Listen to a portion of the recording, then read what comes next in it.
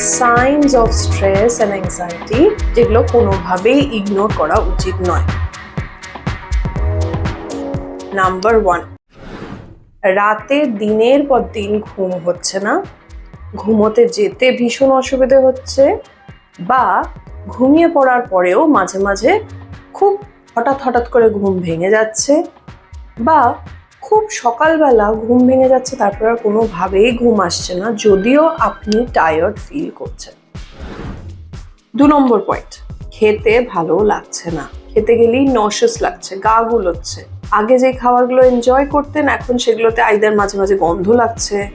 বা মনে হচ্ছে স্বাদ পাচ্ছি না, বা যা হোক একটু খাচ্ছি, বা খেতে গেলেই মনে হচ্ছে ফুল লাগছে, পেট অলরেডি ভরা, খাওয়াটা দেখে রিপেলিং লাগছে,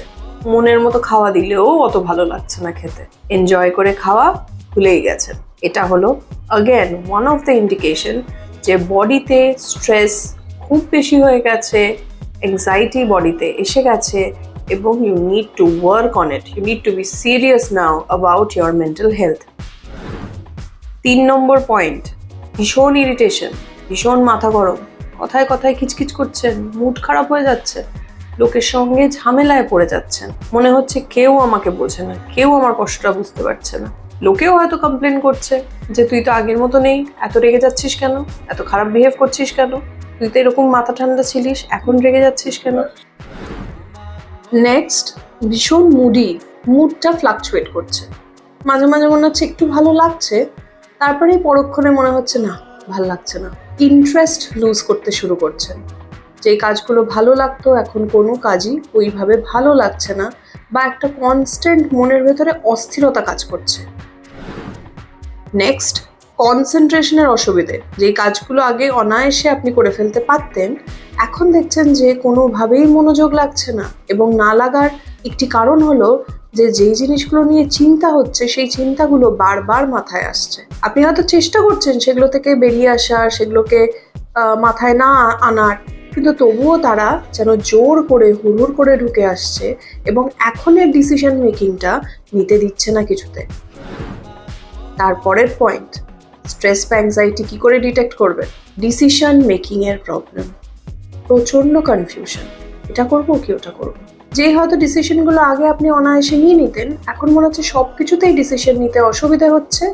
কনফিডেন্সটা কমে যাচ্ছে, কোনোভাবেই ঠিক বা ভুল যাচাই করতে পারছেন না, এবং যদি যাচাই করেনও নিজের ওপর কোথায় গিয়ে কনফিডেন্সটা থাকছে না যে আমি ঠিক ভাবছি তো, কনস্ট্যান্ট মনে হচ্ছে যে না আমি যদি ভুল করে ফেলি, যদি কিছু হয়ে যায়, একটা নেগেটিভ ইন্ট্রুসিভ লুপের মধ্যে যেন ঢুকে গেছেন এবং কিছুতেই যেন চেষ্টা করেও বেরোতে পারছেন না। এই সাইন্সগুলো কিন্তু মেন সাইন যে আপনার স্ট্রেস খুব মাত্রায় বেড়ে গেছে, কেন কি স্ট্রেস ইজ সামথিং যেটা সবারই হয়, সবারই একটু আধটু হবেই স্ট্রেস, কিন্তু যদি দেখা যায় যে স্ট্রেস লেভেলটা এতটাই লেভেলে যে এবারে এটা একটু প্যাথোলজিক্যাল হয়ে যাচ্ছে, তখন কিন্তু চিকিৎসার দরকার আছে।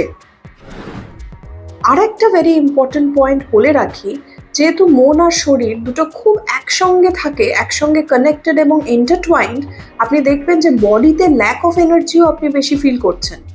সারাক্ষণ অনেক সময় অনেকে কমপ্লেন করে যে গায়ে ব্যথা, এখানে ব্যথা, ওখানে ব্যথা, কোমরে ব্যথা, পিঠে ব্যথা, সারাক্ষণ মনে হচ্ছে যেন শরীরে ব্যথা, যন্ত্রণা, ভালো না লাগা, ল্যাক অফ এনার্জি, এনথুজিয়াজম, কোনো কিছু করতে মোটিভেশন লাগছে না, উঠতেই পারছি না, মনে হচ্ছে না শরীরে জোরই নেই। এই ধরনের যদি প্রবলেমস আপনারা ফেস করে থাকেন দিনের পর দিন এবং তার জন্য আপনি ডাক্তারও দেখিয়ে থাকেন, ডাক্তার বলছে না আপনার তো কোনো ফিজিক্যাল কন্ডিশন নেই, তাহলে জানবেন যে ইট ইজ টাইম যে you take care of your mental health.